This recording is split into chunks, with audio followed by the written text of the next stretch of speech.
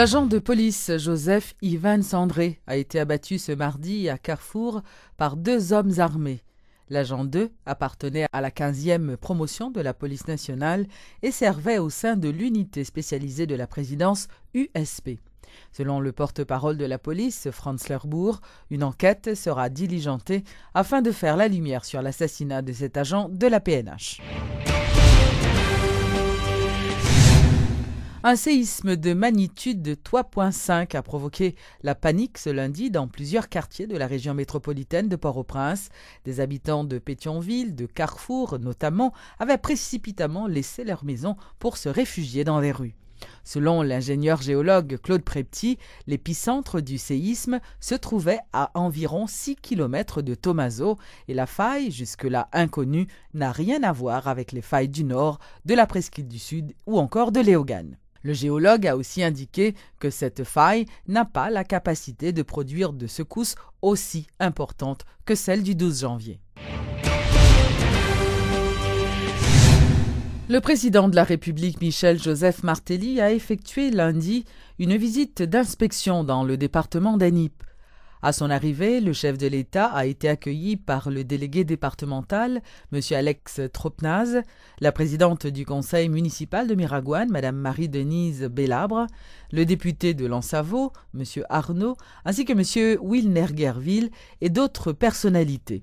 Le président de la République entendait s'assurer de la bonne marche des travaux d'infrastructure routière enclenchés à Miragoâne, Petite-Rivière de Nippe et Ansavo. Le président a par ailleurs visité les travaux de finition des ponts jetés sur la rivière Froide et la grande rivière d'Anippe dans la commune de Lansavo. Il a affirmé que des fonds sont déjà disponibles pour la réalisation d'autres travaux d'infrastructure dans plusieurs autres départements du pays.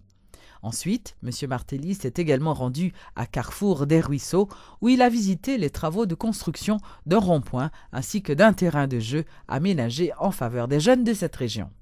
Priorité en pile dans le pays, nous avons parlé de l'élection qui est en priorité, mais pendant que nous avons des rencontres à faire, un dialogue pour nous avancer dans le mouvement élection, il y a des besoins souterrains, de faire des promesses à la population. Donc, m'assurer que par exemple, dans la ville de Miragoâne, nous devons mettre asphaltage et rue Miragoâne. Donc, je passe vos diables pour que je travaille là et moi que le commencer. Rond-point Carrefour des Ruisseaux que nous te promettons pour nous faire une belle place avec des kiosques pour que les marchands puissent pied légalement, pied sainement et étaler les produits, faire commerce. Et nous voyons que le projet ça va avancer. Là, nous sommes sur le terrain qui pourrait le terrain football là. Et moi, clôture va avancer, les travaux semblent à avancer. Là, tout a gagné un espace côté que nous avons fait des concerts pour jeunesse là. Donc, je suppose d'ici 14 mai, nous avons inauguré. Moi, j'ai profité à regarder tout avec les représentants des travaux publics et firmes qui travaillent sur route et Niplan pour me assurer que les zones qui sont considérées dangereuses, parce qu'il y a des zones que nous avons qui sont déjà en pente, belle route, machines ici pas inspectées, machines ici et nous n'avons pas assez de structures pour nous contrôler la vitesse pour assurer que les machines font service. Donc au moins nous voulons la route là en certaines garanties. Donc nous allons regarder les côtés qui sont dangereux, qui sont fait.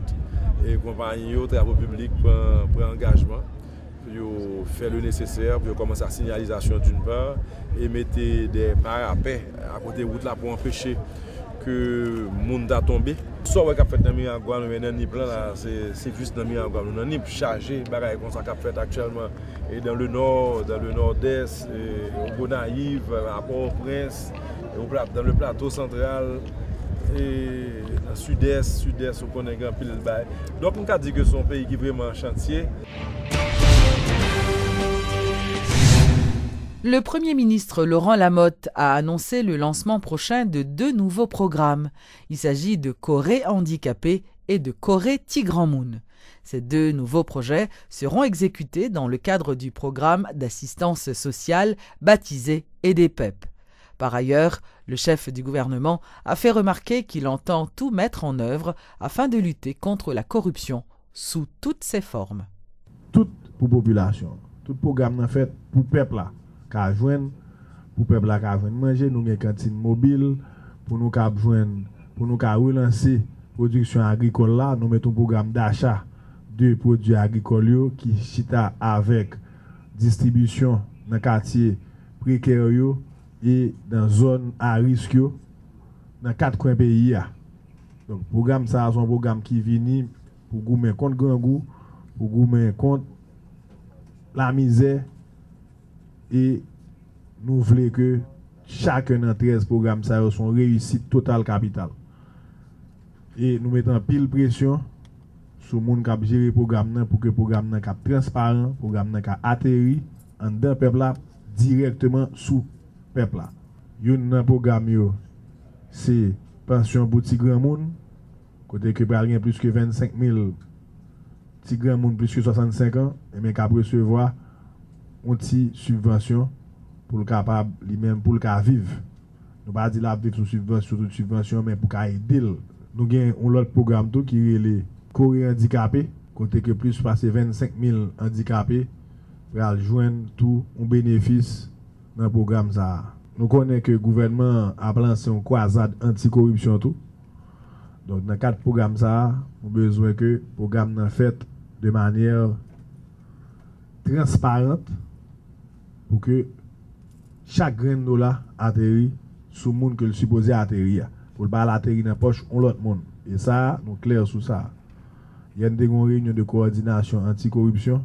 Nous ne pouvons pas accepter, nous ne pouvons pas tolérer aucun cas de corruption qui a détourner l'argent peuple là, qui a atterrir dans la poche 2-3 grains de monde et puis pour des centaines de milliers de monde, ils même sont en bas. Vous êtes d'accord ça? Les responsables de la plateforme Unité ont dénoncé le manque de volonté du président Martelly à organiser des élections dans le pays. Ils invitent le président à annuler tous les actes, dispositions et mesures adoptés en violation de la loi et de la Constitution en vue d'entamer un processus devant aboutir à de véritables joutes.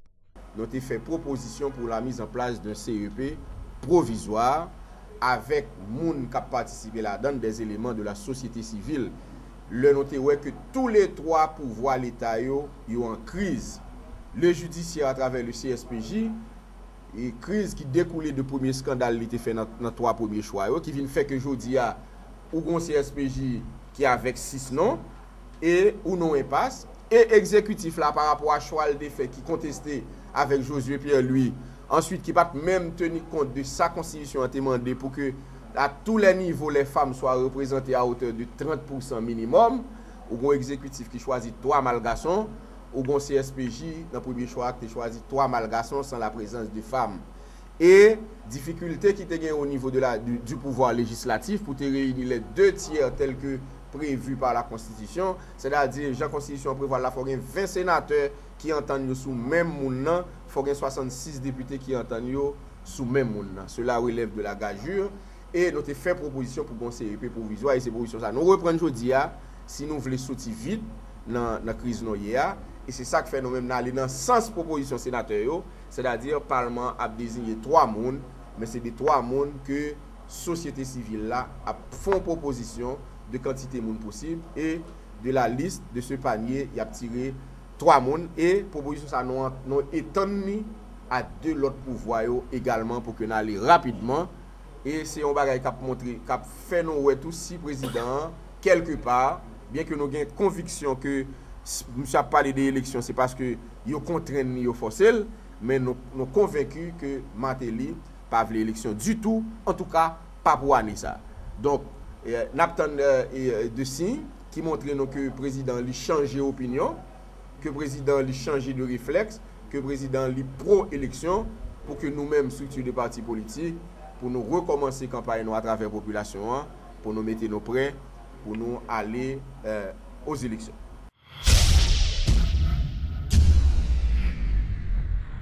Les funérailles du médecin et chercheur Daniel Mathurin, décédé dans un accident de voiture, ont été chantées ce 26 février à Port-au-Prince, en présence de nombreuses personnalités, notamment des membres du gouvernement.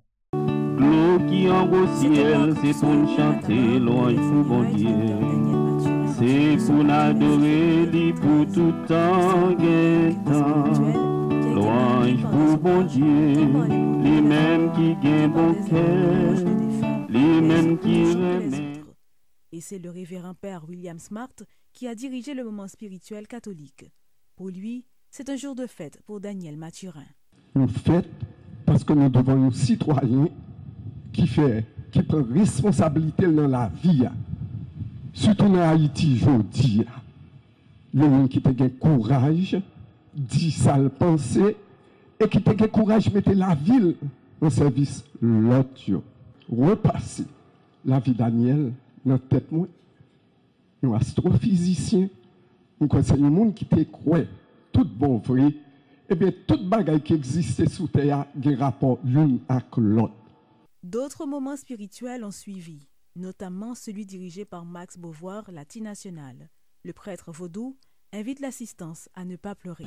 Criez pas lever la mort, criez pas lever la mort, aussi criez t'élever la mort, aussi criez t'élever la mort, maman Brigitte a mouru levée. Des oraisons funèbres, il y en a eu. Question pour les membres de la famille et les amis du docteur Mathurin de lui rendre un dernier hommage. Le fils aîné de Daniel et de Ginette n'a pas tari d'éloges pour son père, qui fut un modèle pour lui.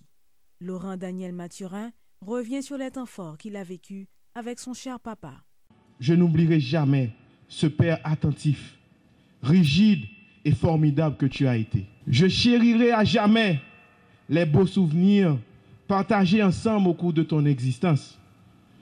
Nos premières leçons de conduite, lorsque j'étais terrifié par cette responsabilité soudaine, tu me disais, petit garçon, on n'a pas besoin de peur, bas les gaz. Nos moments passés ensemble à la cuisine, où tu nous enseignais les recettes familiales.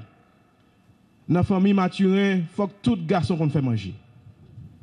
Et même les moments où tu faisais résonner par ta main de fer les dures lois de ta discipline, ici, c'est là, même moi gagné. N'a marché SS. Quant à Ginette Mathurin, épouse du défunt, elle a fait preuve d'un grand courage durant la cérémonie funèbre. Au cours de son intervention, elle a mis l'accent sur la particularité singulière qui entourait la vie de Daniel Mathurin en tant que chercheur et scientifique. À deux, ils s'étaient toujours consacrés à la recherche, leur véritable passion. Nous avons passé toute notre vie à faire des émissions de radio, à faire des émissions de télévision, pour motiver les politiciens. Ils ne nous ont pas écoutés. Ils ont écrasé le pays. Et Daniel est parti vraiment. Il est parti avec beaucoup de chagrin dans son cœur. Il n'a pas vu son pays régénéré. Politiciens, ressaisissez-vous. Ce pays est un grand pays. Ce peuple est un grand peuple. Cessez de vous quereller. Cessez, ça ne sert à rien. Cessez de vous quereller. Rentrez en vous-même. Car nous savons, lorsque vous rentrez en vous-même, vous rencontrez votre moi intérieur, vous parlez à Dieu et Dieu vous donne les solutions. Merci. Daniel, mon grand amour, mon amour infini, je ne t'oublierai jamais. Rappelons que le docteur Daniel Mathurin est né le 16 novembre 1951. Il a été tué dans un accident de la circulation à Santiago, en République dominicaine, le dimanche 17 février dernier.